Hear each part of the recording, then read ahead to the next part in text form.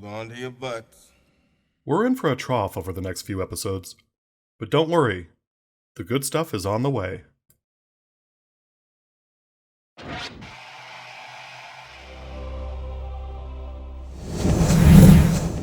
Bobby, Pam, Lucy, and Lucy's yokel date Joe are soaking up the local color as they listen to country music sensation Garnet McGee. Yeah, bitch, I'm a cow. Bitch, I'm a cow. I'm not a cat. I don't say meow. Bitch, I'm a cow. Bitch. Ray Krebbs is actually dating Garnet, so he introduces them. Lucy, Bobby, and Joe are enamored with Garnet, but Pam knows her from before she and Bobby were married and says that Garnet is an opportunist. Right on cue, Garnet mentions that she just needs that one big break. With someone as good as you, I don't see why. It'll happen. I'll just take time. Back at Garnet's apartment, Ray explains how he came to be at South Fork. We get some insight into both people's psyches here, as Ray says he just wants to focus on contentment, while Garnet, who was born poor, feels like she has to claw and scrape her way out of the gutter. Lucy, meanwhile, is feeling inspired by Garnet.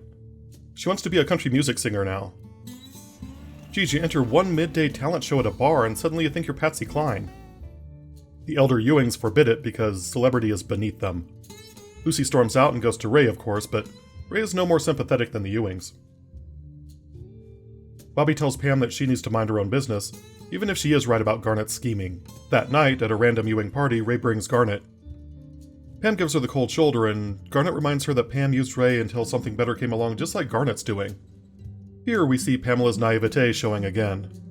Just because she's not after money and status like Sue Ellen and Garnet, doesn't mean that there aren't privileges to being married to Bobby Ewing. This scene also brings up an interesting parallel. Sue Ellen's absence in this episode allows Garnet to act as her shadow self. The shadow self in psychology is a side of your personality that contains all the traits that you don't want to admit having. In film and literature, writers will often put two characters in similar situations, exposing the flaws or virtues of one of the characters. We saw this done to great effect in Black Market Baby, in which both sets of Ewing couples had disagreements over their relationship rules, but came to vastly different solutions. In this case, Garnet is the dark side of Sue Ellen's ambition. She is ruthless and conniving. She's not only willing to use her body to climb to the top, but she's openly admitting to it.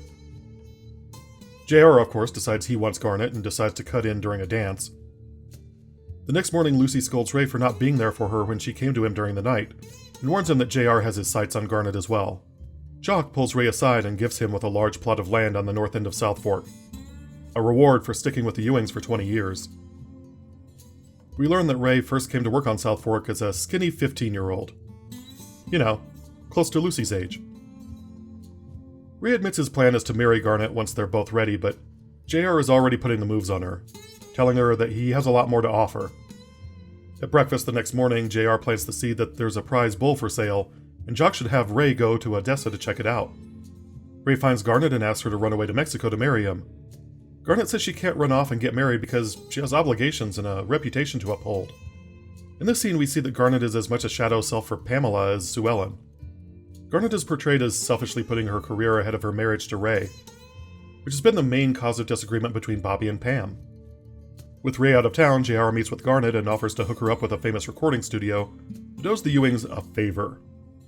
Garnet agrees to offer JR exclusive use of her services in exchange for the recording contract. Of course, Ray's trip to Odessa turns into be a wild bull chase.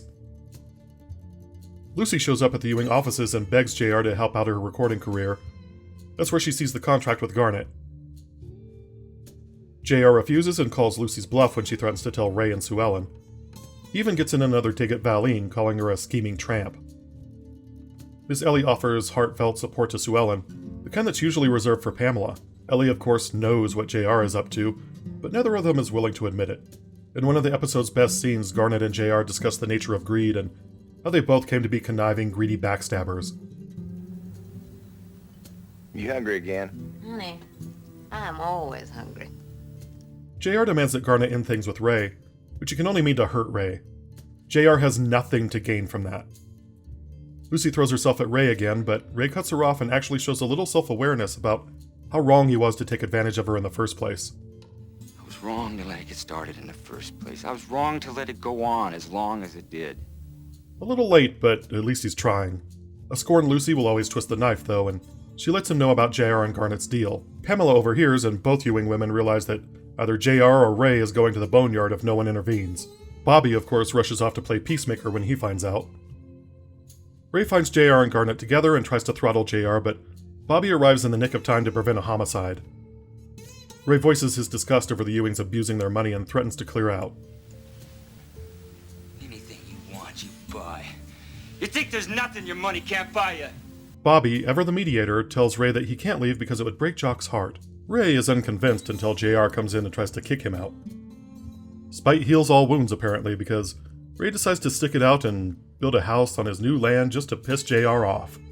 The next morning, Lucy apologizes for her treatment of Ray and asks him to be a friend to her since she has so few. And we're out. Triangle represents one of the last times Dallas will shoot for the fully self-contained story. And that's a good thing because the writers clearly wanted to heap on piles of drama that they just can't set up in only 44 minutes of screen time. Kate Mulgrew is a charismatic actress known for Mrs. Columbo, Star Trek Voyager, and Orange is the New Black. And the success of the episode rides entirely on her shoulders, as we have to get sucked into Garnet's character as if she were a series regular. How much you enjoy the episode depends on how much you buy into Ray and Garnet's relationship. For me, the romance rings hollow, as we only meet Garnet in the opening scene, and by the midpoint, Ray is talking about marriage. You never get a sense for why someone so plaintively cynical as Garnet would be happy with Ray in the first place. And the two have almost no happy scenes together. In fact, Garnet is spurning Ray's attempts to move forward before JR even enters the picture. And that brings us to John Ross Ewing Jr. His actions in this episode are unnecessarily cruel. Sure, he's rebounding from the stinging rebuke of active love with an easy win, but J.R. Ewing outsmarting and screwing over Ray Krebbs is like Tom Brady suiting up for a kiddie league game. Usually when J.R. hatches a plot, there's some sort of long game or benefit for Ewing oil. Not this time. He wants Garnet just because Ray has her and for no other reason. This is supposed to be Dallas, not Cruel Intentions. Screwing the new headmaster's daughter before school starts. She'll be my greatest victory. If nothing else, Triangle showcases just how reckless JR can be when it comes to his relationships. As Bobby tells him at the end of the episode, "You have one unholy knack for making every good friend you ever had into an enemy." I wonder if that'll come back to haunt him. More